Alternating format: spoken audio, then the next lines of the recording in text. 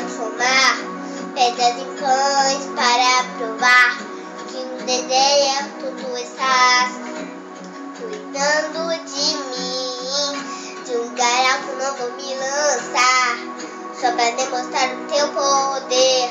Eu não preciso ver fenômenos para crer em ti. Não troco nossa comunhão pelo prazer de conquistar palácios, riquezas. Como um deserto isso vai passar.